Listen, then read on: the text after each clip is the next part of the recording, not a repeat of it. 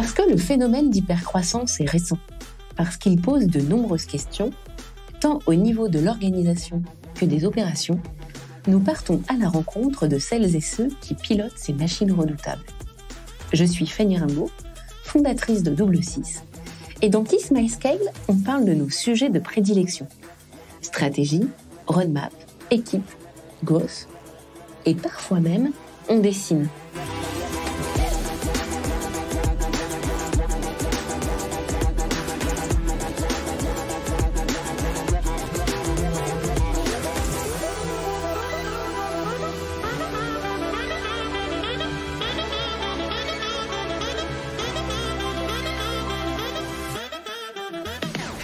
Aujourd'hui, pour ce premier épisode, j'ai invité Daria Sainani, qui est Head of Growth chez Shipeo.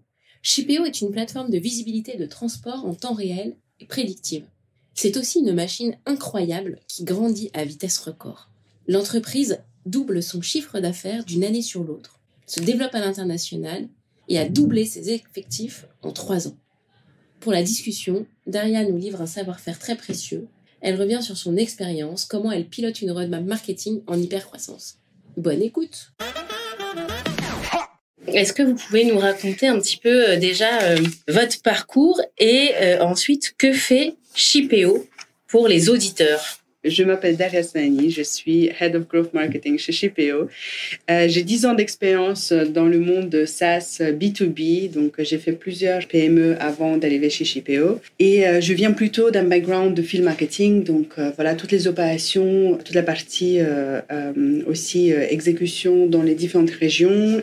Et j'ai rejoint Shipeo donc en novembre 2019. Et chez Shipeo, ce qui est intéressant, c'est qu'à chaque fois qu'on arrive, c'est combien d'employés est-ce qu'il y avait au moment où on arrive. Donc moi, je suis arrivée, il y avait à peu près 76 employés. Aujourd'hui, il y en a 275, 76. Donc on a eu une croissance, une très très belle croissance ces 2 dernières années. On a quasiment doublé le chiffre d'affaires d'une année à l'autre. Et on a vraiment fait une belle expansion à l'international avec des régions. Alors peut-être juste avant, que fait Shipeo ?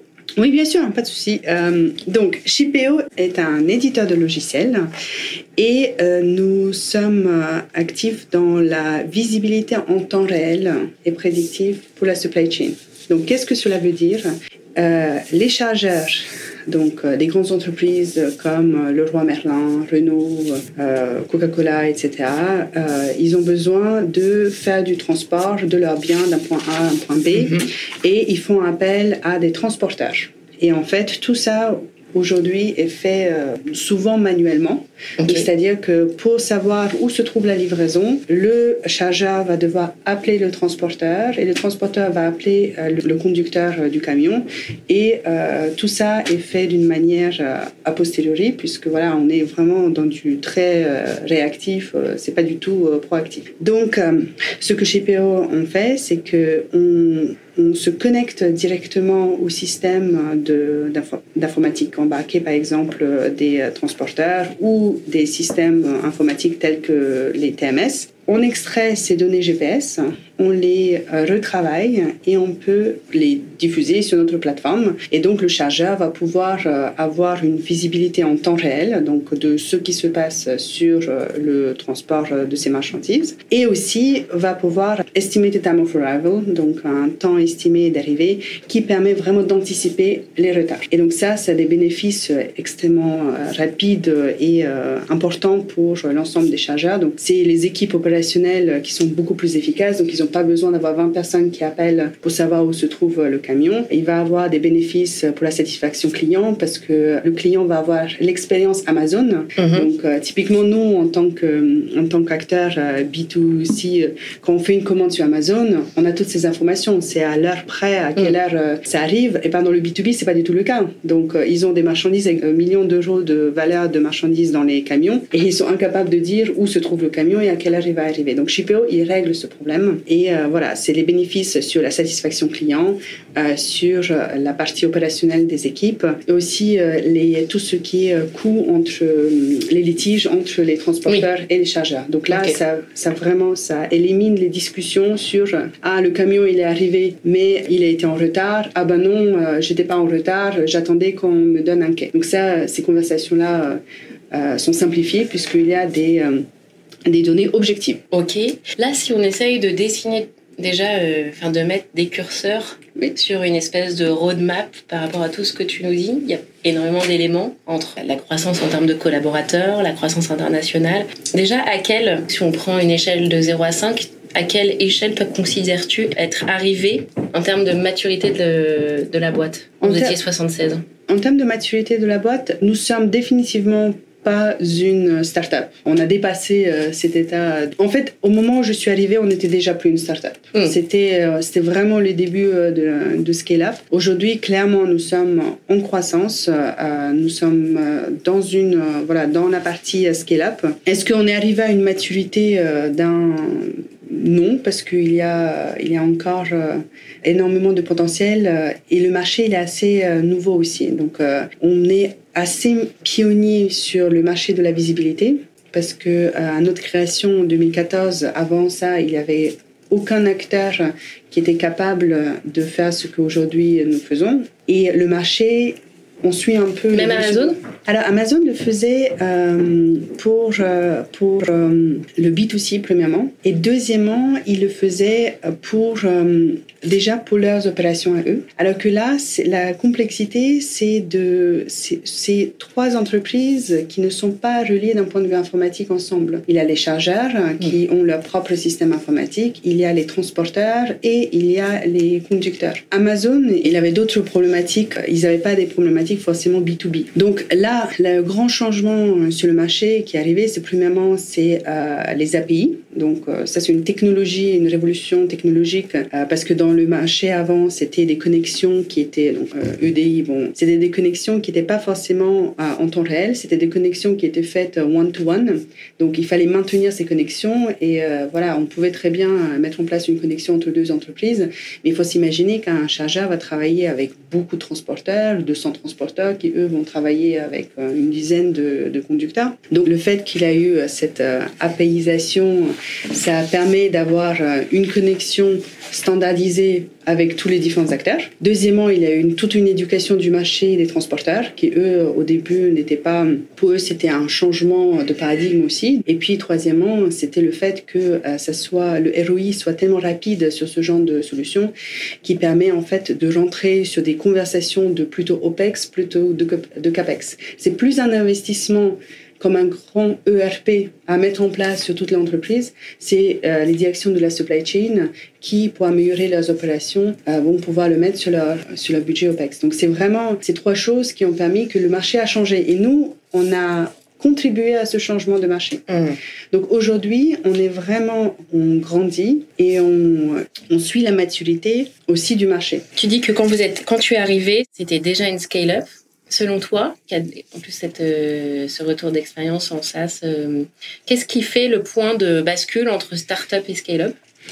Je pense que la partie qui ferait vraiment la bascule, c'est les process, le fait d'être systématique et d'essayer toujours penser tout ce que je fais, je dois pouvoir le faire à grande échelle. Donc par exemple, toute action marketing qu'on réalise, on pense toujours est-ce que c'est quelque chose que je vais pouvoir scaler dans le futur ou pas. Et ça en fait, par exemple, l'investissement dans les outils, l'investissement dans les procédures, l'investissement dans le recrutement également. Tout ça, je pense que ça montrait que l'entreprise n'était plus en train de chercher est-ce qu'on a bien le product market fit, c'était déjà là. Donc cette recherche était déjà faite. On avait déjà plusieurs clients qui nous faisaient confiance et le produit avait déjà beaucoup plus de maturité. On avait déjà une meilleure compréhension à ce moment-là. Il y a eu des erreurs aussi dans le passé. C'est pas du tout que dès la création de Shipeo, tout était parfait. Mais au moment où je suis arrivée, d'un point de vue produit, la vision devenait de plus en plus complète et définie. Les processus étaient déjà en partie mis en place. Les outils étaient déjà en partie mis en place. Et il y avait une vraie vision de recrutement à long terme pour réussir à porter cette croissance. Ok. Est-ce que tu as déjà été dans des entreprises où justement on est dans la phase antérieure à celle que tu décris ? Non. Alors moi j'ai toujours été dans des entreprises qui avaient fini leur hypercroissance et qui étaient déjà plutôt sur un rythme de croisière. Et j'ai jamais été dans une start-up, pure start-up. Mais à vrai dire, ça ne m'intéresse pas non plus d'être dans une start-up. C'est pas, il y a là une partie très création dans la start-up.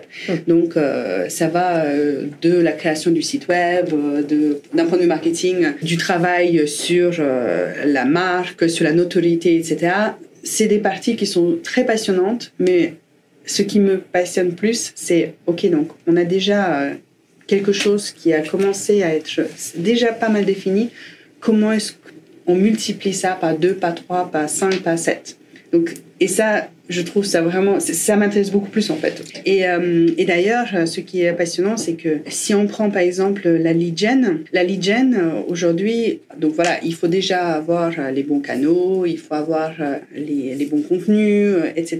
Mais comment est-ce que d'un point de vue équipe marketing, d'un point de vue équipe commerciale, on fait pour passer de 200 leads en une année à 200 leads en un mois à 500 leads en un mois. Donc, et c'est ce type de croissance qu'on a pu voir depuis mon arrivée. Et c'est ça, en fait, qui est comment est-ce que non seulement on génère tous ces leads, mais comment est-ce qu'on les traite aussi, comment est-ce que les équipes commerciales elles vont les traiter de leur côté, et comment est-ce qu'on calcule les conversions, comment est-ce qu'on ajuste. Et ça, typiquement, dans une start-up, je pense qu'il y a beaucoup d'expérimentation, de growth hacking qui se passe à ce moment-là, mais comment est-ce qu'on industrialise ça ? Comment est-ce qu'on garde le meilleur ?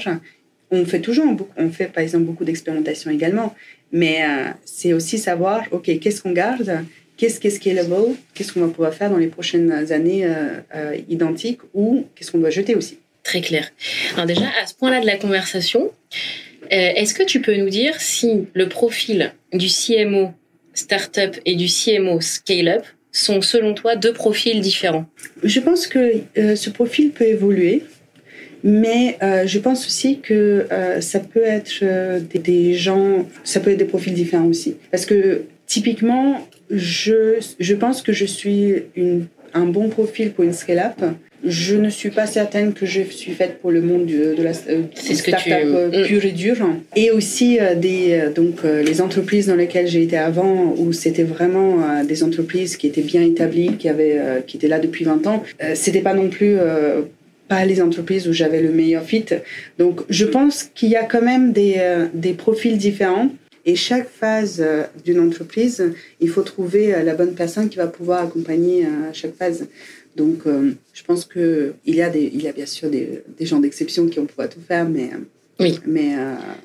c'est des besoins et des approches différentes. Maintenant, cette fameuse machine, cette industrialisation, évidemment, c'est ce qui nous intéresse. Quelle machine tu as mis en place ? Et puis, je pense que tous nos auditeurs seront intéressés de savoir comment on passe de 200 leads à l'année à 500 leads par mois. Est-ce que tu peux nous décrire la mécanique et peut-être en amont, nous expliquer comment tu as défini une roadmap ? Quels sont les indicateurs que tu suis en priorité et en fonction le mode opérationnel que tu déploies ? Ce que nous avons mis en place au début, c'était vraiment de travailler avec les équipes business et commerciales pour comprendre quel type de lead ils voulaient avoir. Parce qu'en fonction de la société, il peut avoir, par exemple, le marketing va pouvoir qualifier les leads jusqu'au BANT, donc budget, authority, timeline, project. Nous, on ne fait pas ça aujourd'hui. Nous, on fait une première interaction marketing, une qualification. Est-ce qu'il fait bien partie de la buyer persona ? Est-ce qu'il fait bien partie du ideal customer profile ? Et est-ce qu'il a eu une interaction avec le marketing ? Une fois qu'on a ces trois choses-là, on va les passer aux équipes SDR qui, eux, vont faire un follow-up et vont les appeler pour identifier le fameux BANT. Il y a des sociétés où le marketing va jusqu'à l'identification du BANT. Donc ça, première chose, c'est bien comprendre c'est quoi la définition du lead, c'est quoi la définition d'un MQL, c'est quoi la définition du SQL. Ça paraît des choses basiques, mais avoir une très bonne compréhension de qui fait quoi à quel moment est extrêmement précieuse parce que ça va éliminer toutes les conversations sur si les leads que le marketing apporte ne sont pas bons. En fait, il y a un vrai contrat, c'est pas forcément un vrai contrat, mais c'est... Oui. Un accord, quoi. Un accord, exactement. Une alliance. Exactement. Les équipes de SDR, Sales et Marketing doivent bien se mettre d'accord qui fait quoi, à quel moment, et quels sont les thresholds, quelles sont les étapes de qualification entre les différentes équipes. Tu peux nous donner un exemple chez Shipeo? Jusqu'où va cette qualification en parlant du persona et qui quitte le marketing et qui arrive au sales? Donc, comme je disais, et ça aussi c'est très intéressant parce que c'est aussi, je pense que ce qui est important dans les définitions, c'est que les définitions doivent être suffisamment souples pour s'adapter aux différences de marché. Par exemple, nous sommes une entreprise qui initialement est créée en France. Donc le marché français est beaucoup plus mature.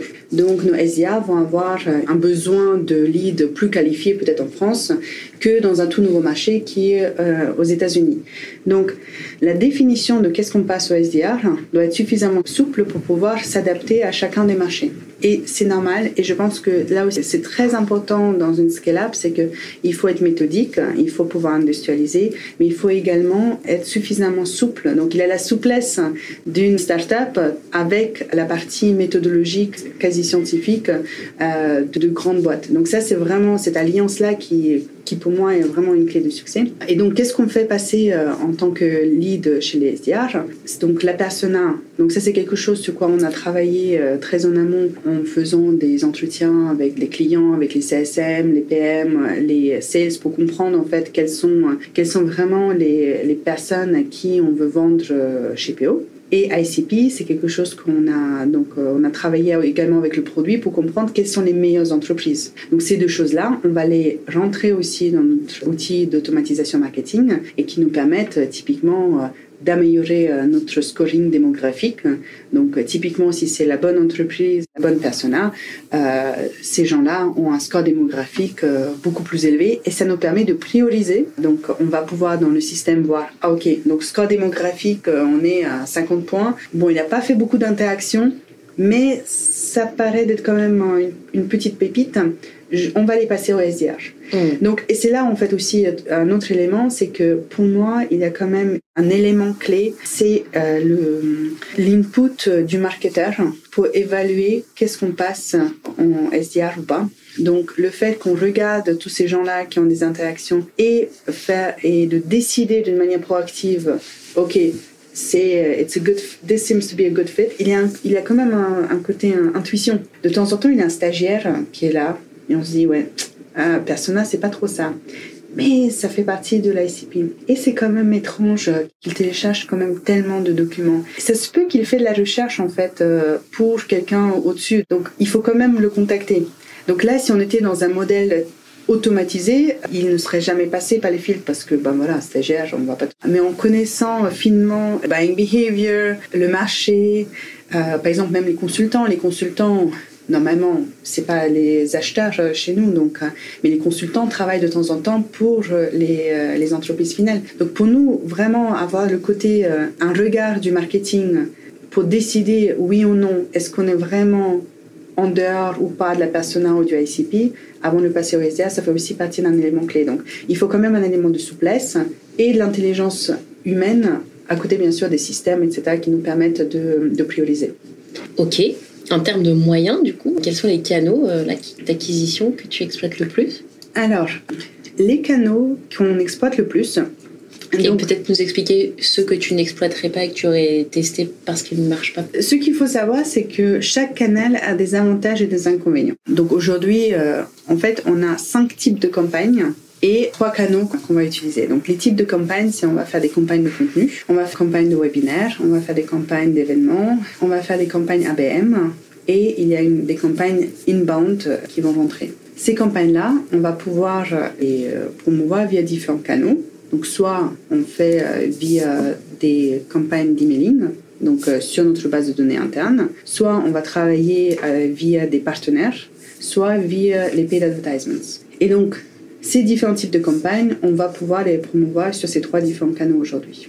Donc par exemple, un événement, ça dépend si c'est une conférence, si c'est un événement de Shipeo, etc. Soit ça va être vraiment que d'un third-party provider. Donc ça va être typiquement, on va avoir les listes et les interactions grâce à l'organisateur de l'événement. Soit c'est un événement Shipeo et à ce moment-là, ça vient d'un tiers de notre base de données, un tiers de third-party. et un tiers de paid ads. Donc voilà, ça dépend vraiment de typologie, quel est le type de campagne qu'on pousse et les 3 canaux de diffusion, en sachant qu'on essaie de rester suffisamment simple pour qu'on puisse bien traquer. Et ça, c'est autre chose qui est important, c'est que on peut l'entrer dans des systèmes très sophistiqués et compliqués de tracking. Et en fait, ce qui est assez intéressant, c'est que on a beaucoup de moyens en marketing de faire du tracking, mais au final, on n'a que très peu d'entreprises qui sont capables de faire un tracking très très fin sur l'ensemble de soit des types de campagnes, soit l'ensemble du funnel, soit l'ensemble des canaux. Donc il y a souvent, on est très bon sur les paid advertising parce que c'est simple, c'est Google Ads Console, c'est Facebook, etc. Donc on a les taux de conversion, on a les nombres de downloads, mais une fois qu'ils arrivent chez nous, dans notre base de données, est-ce qu'on arrive bien à les suivre jusqu'à ce qu'ils deviennent une opportunité? Donc ça, en fait, la partie qui est intéressante au marketing, c'est que le tracking n'est pas toujours évident en fonction de où est-ce qu'on se trouve dans le funnel, sur quel type de campagne on est et sur quel canal on est en train de promouvoir. Et là où est l'enjeu, c'est pareil, c'est d'être suffisamment simple pour pouvoir traquer toutes ces choses-là et ne pas rentrer dans des calculs ultra complexes où on passe beaucoup de temps à chercher la donnée et moins de temps à prendre des décisions. La répartition des budgets, et du coup de la performance, comment est-ce qu'elle s'organise entre ces binômes? Première chose, on a pris beaucoup de temps à expérimenter avant de trouver ce modèle-là qui, pour nous convient. Donc, on a quand même pris quasiment 2 ans pour pouvoir en arriver là. Premièrement, il y avait une question de système. Donc, est-ce qu'on va pouvoir loguer l'ensemble des actions pour tout type de campagne dans un même système, que ce soit l'événementiel ou des paid advertisements. Premièrement, il fallait bien comprendre quel système on met en place, de le mettre en place, de mettre en place tous les tracking, tous les champs qu'il fallait qualifier, etc. Et ensuite, s'assurer qu'on construit le budget aussi d'une manière pour qu'on puisse associer l'ensemble des coûts à l'ensemble de ces éléments de ce petit tableau. Donc, cette simplicité, elle est qu'apparente. Ça nous a pris 1 an et demi pour le mettre en place. C'est pour ça que je te remercie de nous le livrer. Même si ce que je comprends dans ta réaction, c'est que ça ne vaut pas standard pour quelqu'un d'autre que Shipeo. Exactement. Je pense qu'il faut trouver, et ça vraiment c'est le credo, il faut trouver quelque chose qu'on peut traquer, qui est suffisamment simple pour suivre dans le temps, parce que si on est des reporting trop complexes, on va prendre beaucoup de temps pour le faire et beaucoup moins à décider. Ça, c'est vraiment, ça doit nous aider à décider qu'est-ce qu'on fait. Donc, typiquement, ce petit tableau qui semble si simple, qui n'était pas si simple. En fait, on a pu calculer des moyennes et donc un coût par lead, par type de contenu et un type de canal. Et quand on prépare notre année, on va se dire, OK, donc on est censé, par exemple, faire 200 leads via les webinaires. Nous, en moyenne, on a tant et tant de leads par webinaire, ce qui veut dire qu'on est censé faire 8 webinaires par région pour l'année. Est-ce que c'est réaliste? Non. Pourquoi c'est pas réaliste? Parce que soit il va falloir trouver 8 partenaires, soit tout simplement d'un point de vue timing, vu toutes les semaines que nous avons dans l'année, on va pas pouvoir caser autant de webinaires. Donc ça nous permet d'avoir une vision beaucoup plus fine et claire de qu'est-ce qu'on va pouvoir faire pendant l'année. Donc nous, on va modéliser en fait tous nos plans marketing avec ces valeurs-là. Ok. Est-ce que tu peux nous donner des indications, même en pourcentage, du flux de leads qui arrive par canot? Oui, alors, de mémoire. Alors, le plus grand type de campagne, c'est le contenu. Donc, parce que le contenu, on va pouvoir les promouvoir par tous les canaux. On va pouvoir le promouvoir via l'emailing, via les partenaires tiers et aussi via les paid advertisements. Donc ça, il n'y a pas photo, il faut avoir du bon contenu, que ce soit développé par Shipeo ou du contenu d'un grand analyste qu'on va pouvoir promouvoir, etc. Donc ça, c'est vraiment, ça apporte énormément de leads. Deuxième type de campagne, c'est quand même l'événementiel.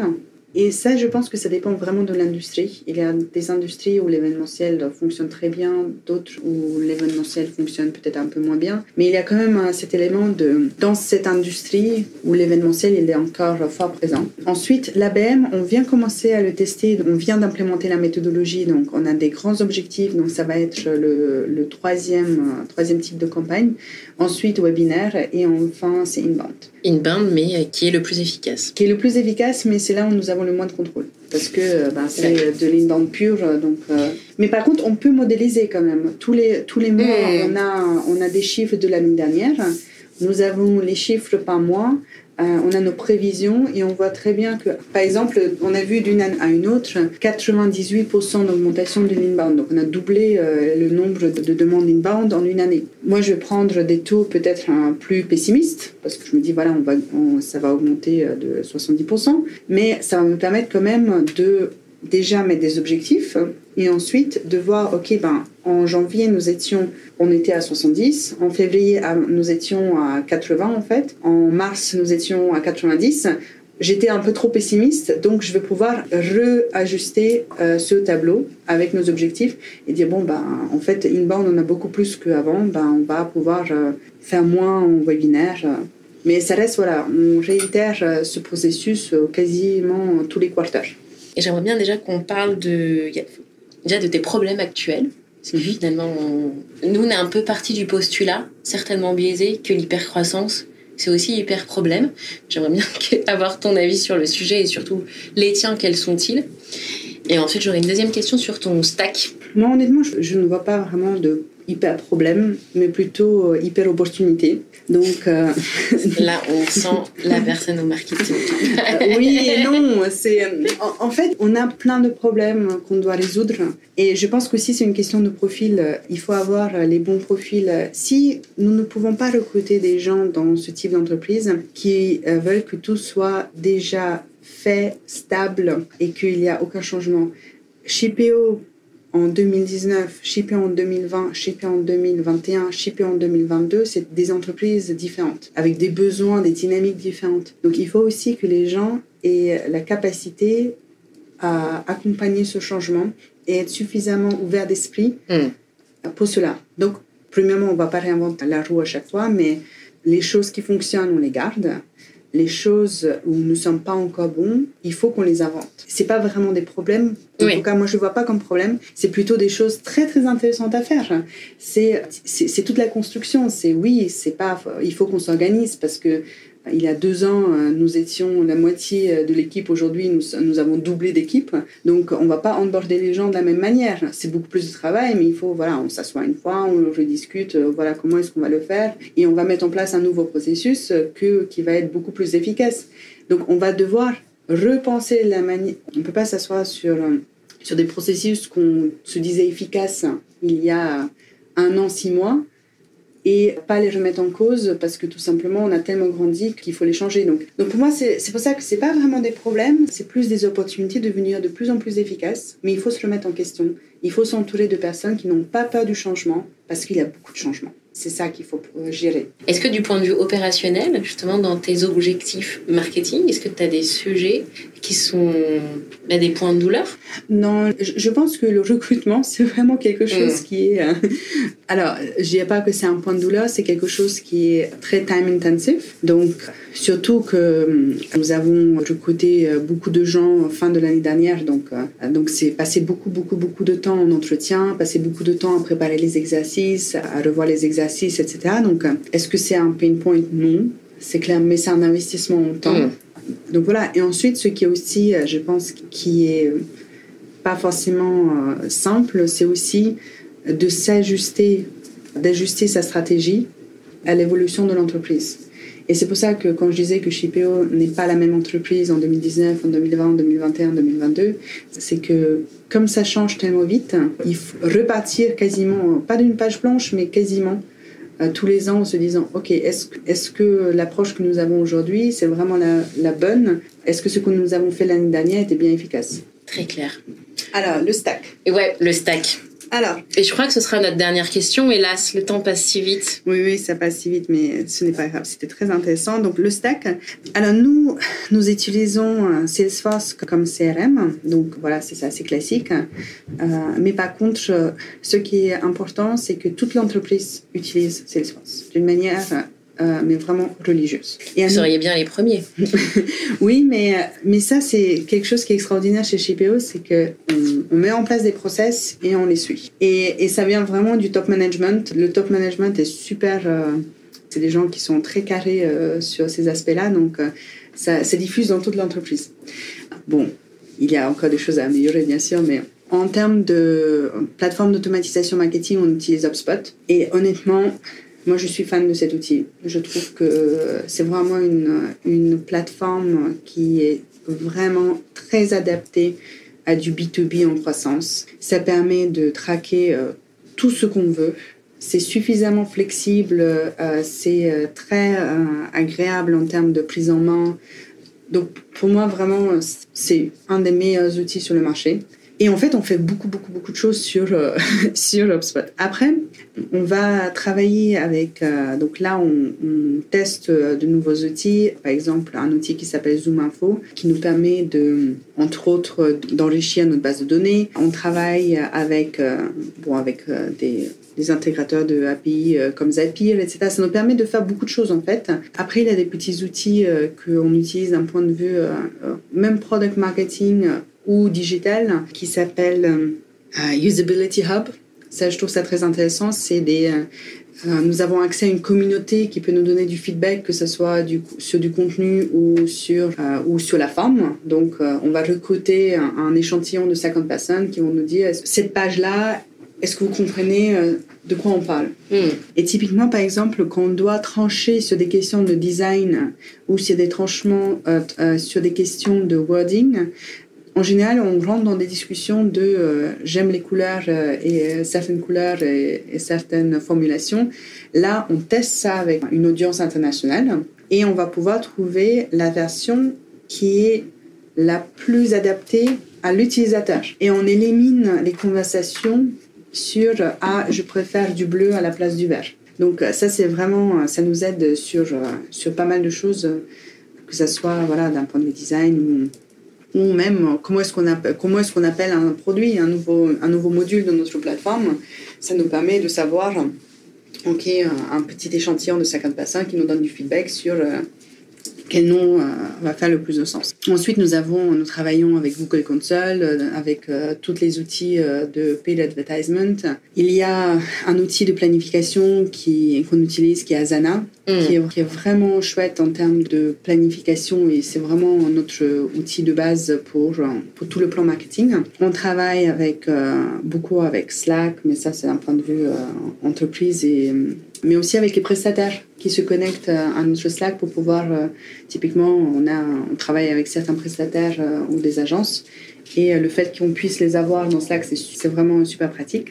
Et puis, après, il y a plein de petits outils qu'on va utiliser sur des petites tâches. Voilà, je pense que le gros, c'est ça. Et Slide, c'est notre wiki. C'est toute la partie où on garde de l'intelligence. Donc, typiquement, on va documenter tout sur Slide. D'accord. Est-ce que tu as un mot de conclusion sur ce job de CMO en scale-up ? Je pense que c'est super excitant d'être en scale-up parce qu'on se réinvente tous les jours en fait. Donc, premièrement. Deuxièmement, ce qui est super intéressant, c'est qu'on est entouré par des gens brillants. Parce que c'est vraiment entre le monde de start-up où il y a beaucoup de gens brillants en start-up. Et ce sont des gens qui sont curieux. Ce sont des gens qui n'ont pas peur du changement. Donc, que ça soit l'équipe marketing que j'encadre aujourd'hui ou l'équipe dirigeante de Shipeo, c'est des profils extrêmement passionnants. Donc, moi, je suis heureuse d'être là où je suis. J'ai pas peur des challenges. C'est que de belles opportunités. Génial. Merci beaucoup, Daria. C'est de rien. Avec plaisir. C'était passionnant. Oh, Kiss My Scale, c'est fini pour aujourd'hui. Toutes les bonnes choses ont une fin. Mais vous avez aimé cet épisode ? Faites-le savoir sur votre plateforme de podcast préférée. Et pour discuter marketing et hypercroissance, prolongeons la discussion sur LinkedIn.